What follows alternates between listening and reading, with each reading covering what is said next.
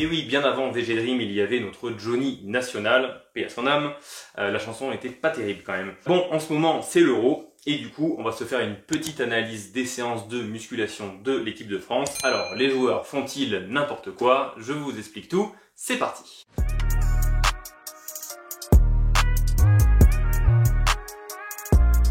Il y a 6 ateliers. À chaque fois, on va fonctionner sur le mode 20-40. Vous avez 20 secondes de travail, vous avez 40 secondes de récupération. Tout le monde travaille en même temps, tout le monde récupère en même temps. Et puis ensuite, on passera sur le haut du corps, avec pareil, toujours le système de 20-40. Par contre, là, vous aurez 8 ateliers et seulement 2 séries. Alors là, pour moi, premier problème, c'est que tout le monde va faire les mêmes ateliers avec les mêmes exercices, la même récupération, etc.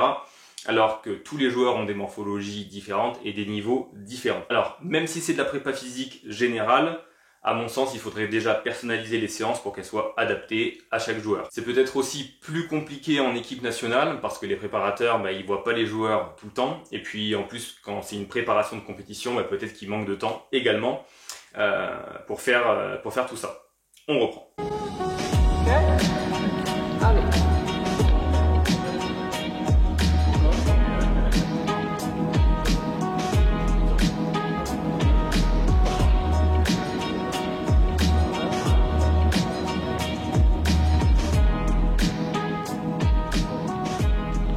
Bon là, sur ce plan qui est filmé, c'est du classique pour l'échauffement, pour préparer le corps à l'effort, pour monter un petit peu en température. Ce qu'on voit rarement d'ailleurs en salle ou dans les clubs amateurs. Pensez bien à vous échauffer.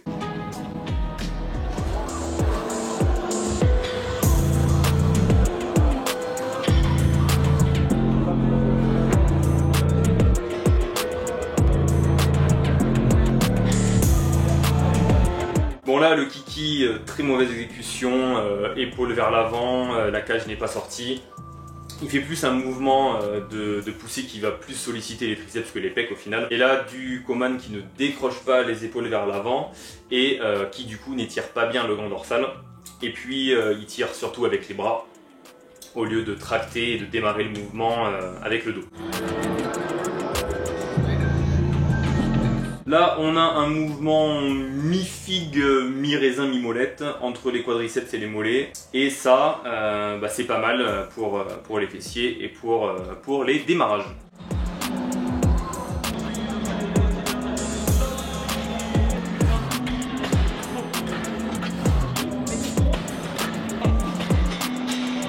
Alors là, pour tous ceux qui diraient « Oh là là, il est fou, il va se péter les genoux », ça, c'est un grand truc du fitness. On entend tout le temps qu'il ne faut pas tendre les jambes à la presse ou au squat, ou en tout cas ne pas verrouiller l'articulation comme ça.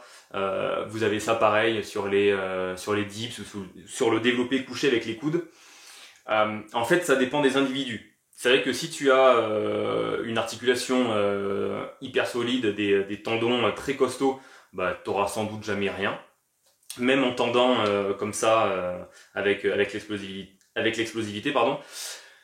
Alors que d'autres personnes, ils vont faire ça 3 fois et ils vont se péter la rotule. Donc c'est très personnel et puis tu sais jamais vraiment quand ça va arriver.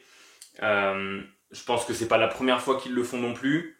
Ils se seraient déjà pété un truc avant de toute façon en faisant ça. Après c'est peut-être plus un problème pour la longévité. Certains auront des douleurs toute leur vie. Après c'est aussi le risque avec le sport de haut niveau. Là on a Benzema sur du gainage dynamique, hyper droit. Le garçon a l'air bien gainé. Il doit en bouffer pas mal dans son club.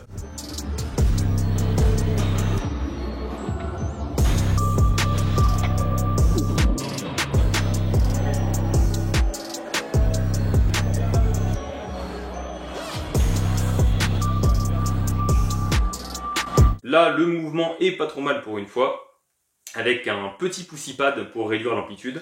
Bon, c'est pas si con, ça ne sert à rien de toute façon de surétirer les pectoraux, encore plus pour un footballeur, j'ai envie de dire. C'est pas comme un tennisman qui doit vraiment avoir une grande amplitude avec son coup droit. Ils n'ont pas forcément l'habitude non plus d'ailleurs.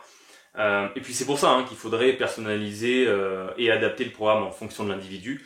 parce que tous les joueurs n'ont pas la même mobilité, la même amplitude musculaire et articulaire, les mêmes points forts et les mêmes points faibles. Ouh, là il y a de la cuisse, hein. Tu sens que ça peut accélérer très très fort.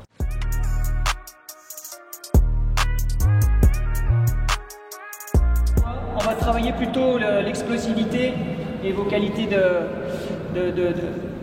vivacité aussi. Il y aura donc 3 ateliers sur le haut du corps où vous allez enchaîner un travail sur appareil et derrière des exercices. 3 ateliers, 3 répétitions, 3 séries par atelier. Là c'est du classique, on bosse l'explosivité. L'idée c'est d'avoir plus de force au démarrage sur les sprints et sur les changements de direction et de diminuer les temps de réaction des joueurs en améliorant tout ce qui est système nerveux. C'est-à-dire qu'on va descendre 1, 2, 3, on tient 1, 2 et on pousse vite. Okay.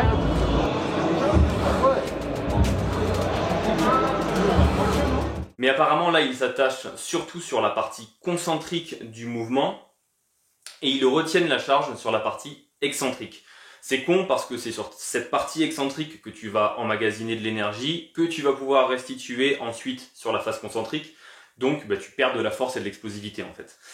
Il faudrait chercher à accélérer les deux phases. Après évidemment il y a plein de méthodes pour bosser l'explosivité.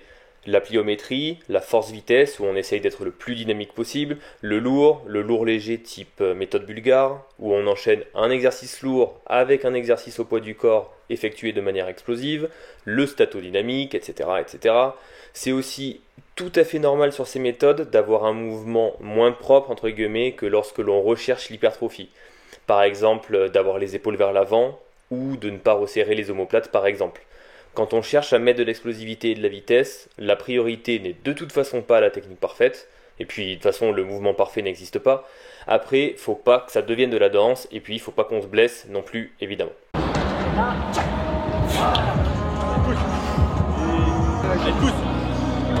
Bon là aussi, un type d'exercice très souvent utilisé, hein. Bon, ça n'a pas l'air méchant, mais ça dépend où on en est dans la saison et où on en est de la préparation de la compétition. Il ne faut pas cramer les joueurs non plus. Petit passage avec Giroud, le beau gosse de l'équipe, bonne coiffure, belle barbe.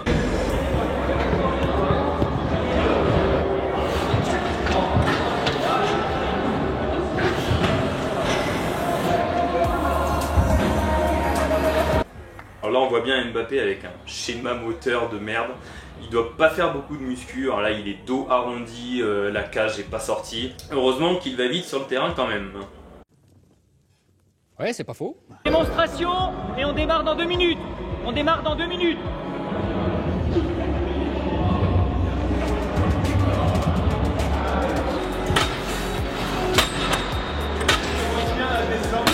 Pète sa machine.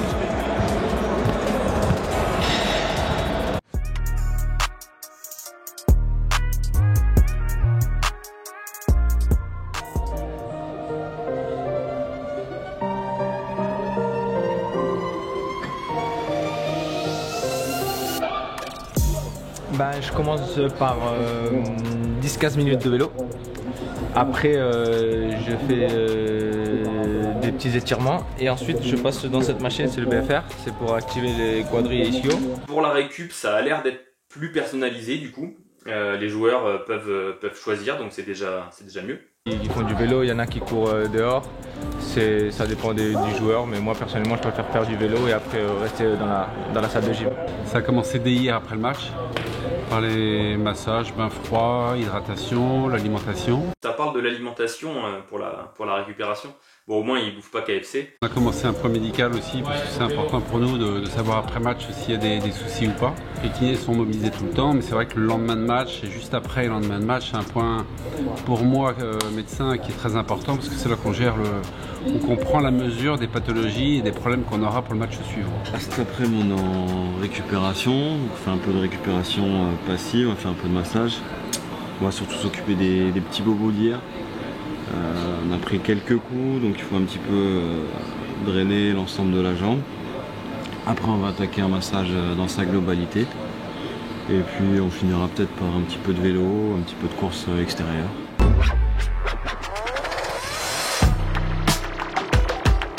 c'est du classique hein, pour la récup, massage, bain froid, travail léger en muscu, du cardio, etc.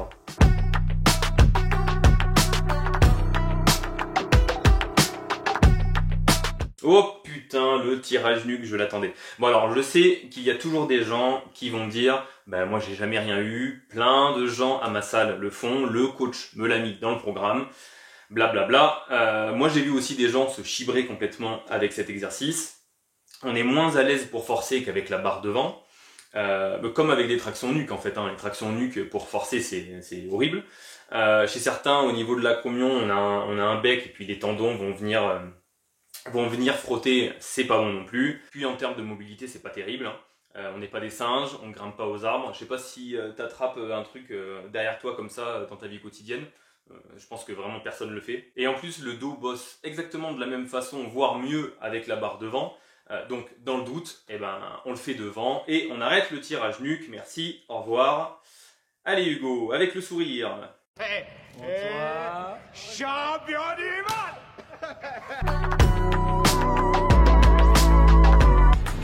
C'est la base de la récupération. Les matchs vont s'enchaîner, donc plus on va récupérer vite aujourd'hui, mieux ce sera. Donc c'est clairement indispensable. Pour moi, c'est un peu de vélo, 20-25 minutes de vélo, avec un peu de muscu et massage avec mon Denis, comme j'ai l'habitude de faire des soins avec lui. Et après, ça dépend parfois si je me sens fatigué, peut-être un bain froid ou un sauna, mais voilà, après quelques étirements et c'est tout. Alors les préparateurs et les kinés, ils font souvent ça, j'ai l'impression, cette alternance froid et chaud. Ils font ça depuis très très longtemps. Moi personnellement, le froid, ça a tendance à me stresser plus qu'autre chose. J'irais plutôt au sauna personnellement. L'objectif, c'est d'optimiser la récupération avec des soins manuels, avec des soins de récupération comme le bain froid, alternance de froid et de chaud. C'est la carte en fonction du choix des joueurs, en fonction de leur sensibilité par rapport aux techniques. C'est récupération, c'est bain chaud, bain froid, c'est des soins. C'est important de récupérer le plus vite possible parce que demain on reprend sur le terrain et on ne veut pas avoir de douleur.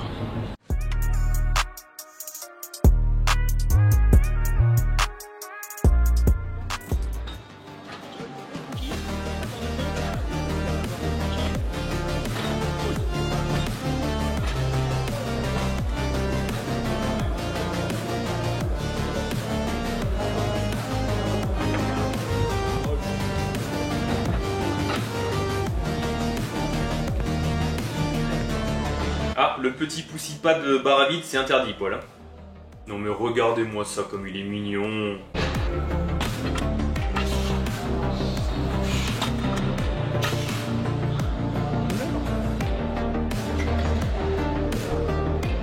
Ah, tiens, ils font du pullover, c'est pas mal. Tu connais la différence entre un pullover et une moule? Non. C'est bête.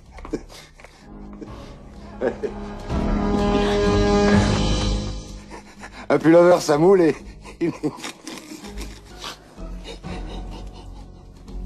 Une moule, ça pullover. Alors désolé pour l'accent, c'est pour faire marcher la blague, hein, sinon c'est pull over. Ça ressemble plus à du Magic Triceps façon Rudy Koya, mais bon, dans l'idée c'est bien. Peu de monde le fait en muscu de toute façon, alors que c'est un super exo. Bon, on n'a pas tous les entraînements, on n'a que quelques plans, mais globalement c'est un peu toujours les mêmes exos. Alors c'est pas forcément péjoratif hein, ce que je dis, au moins ils se prennent pas la tête et c'est pas plus mal pour progresser à chaque séance du coup, puisqu'ils vont s'améliorer au niveau du système nerveux et au niveau de la gestuelle.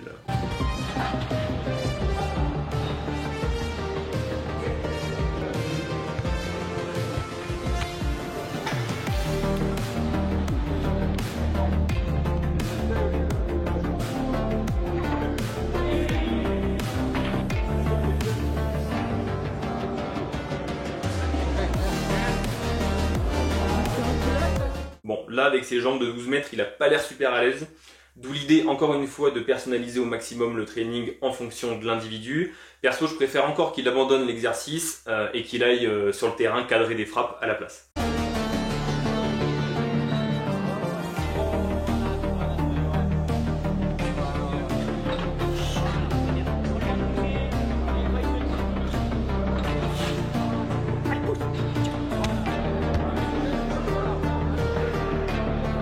Bon, en conclusion, globalement c'est pas catastrophique, mais il y a quand même un gros manque de technique sur la plupart des exos, et en plus les coachs apparemment les reprennent pas. Il y a un manque de personnalisation, voilà, tout le monde fait la même chose. À mon avis, ils peuvent faire mieux encore pour bosser l'explosivité. Pour les phases de récupération, ça a l'air déjà beaucoup mieux. Après, ce qu'on ne sait pas, évidemment, ils vont pas donner leur façon de procéder, mais c'est quel est le volume de travail, quelle intensité est utilisée pour une préparation, pour une compétition comme ça, sachant que les joueurs ils ont déjà fait toute leur saison. Et ça serait intéressant de savoir à quel moment ils font ces séances par rapport au match, parce que d'un sport à l'autre ou d'un préparateur à l'autre, eh ben évidemment ça peut changer. Allez, dis-moi en commentaire ce que tu en penses, tu likes, tu partages, et on se retrouve très vite.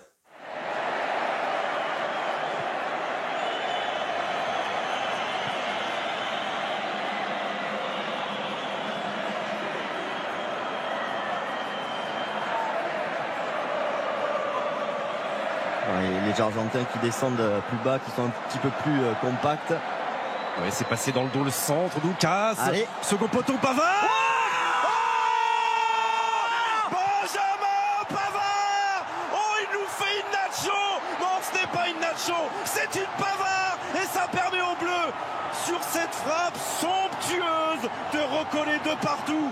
Quel match, quel match. 2-2. Ah, quelle frappe extraordinaire de Pavard. Incroyable, le positionnement du pied, l'équilibre, la frappe, la trajectoire, magnifique. Dans un moment tellement dur, tellement difficile pour les Bleus. Et il se calme, il est en train de se replacer tranquillement à son poste, Benjamin Pavard, comme si rien ne s'était passé. Et pourtant, il s'est passé ça, Vicente.